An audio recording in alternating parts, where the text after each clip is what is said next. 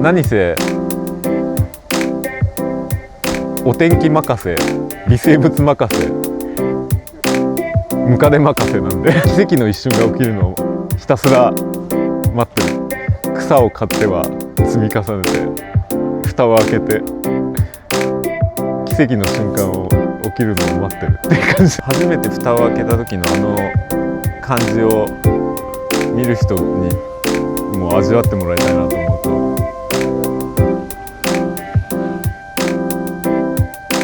原寸大で細密描写にしたいなと思って。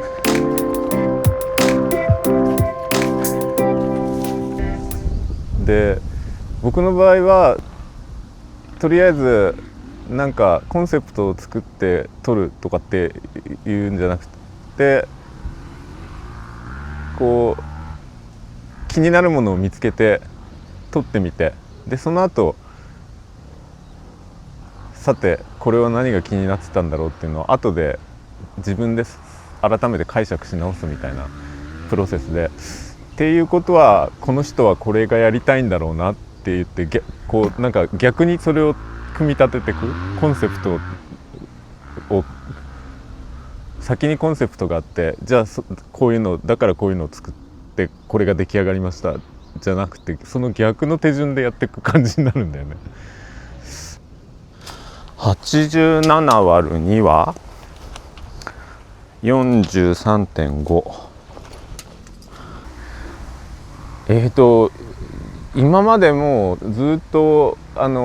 注文をいただいて写真を撮るっていう仕事を主にやってきてたんだけど、2017年ぐらいからタトゥーオンザウォールっていう気になったものを撮るっていうのをやってたんだけれど、ある時友達の作家から一緒に展示をしないかって誘われた時に、それを出してみようかなと思って発表し始めて、これは一体僕は何が気になってるんだろうなっていうのを考えた時に、やっぱりなんか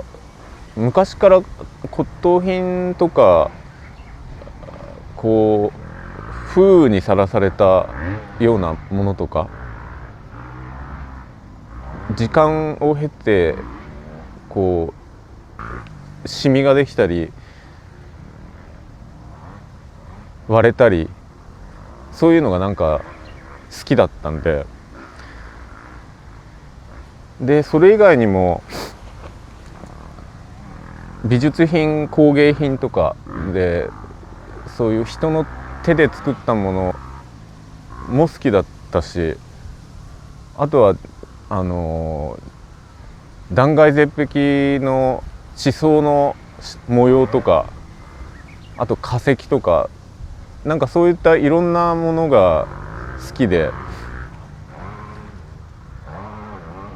それらの要素が散りばめられてるなっていうのが壁に展示した作品を初めて自分で見た時に、観客として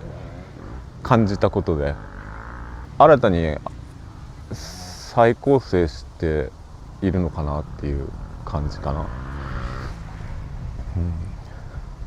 発光が均等に発光するように、奥の方のやつを下の方のやつを上に出して、上の方のやつを中に入れてって混ぜ返す作業をしなきゃいけないんだけど、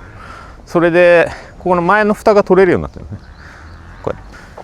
初めてこれを開けた時もうすごいあまりのこの蓋を開けた側面の模様の美しさに感動して、これ写真に撮りたいなと思って、それから撮り始めたこのタイヒマスを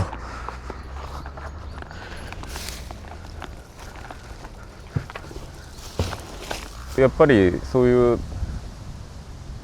積み重なっていく時間であったりとか、そこに出てくる模様であったりとか、生き物がやっぱりいろんなものを作っていってるとか、人間が作ってるものとその自然風土とかいろんな生き物とかが作ってるものがお互いに影響し合って、もともと誰もこんな模様を作ろうとは思ってなかったような模様が出来上がっていくのがすごい好きみたいです。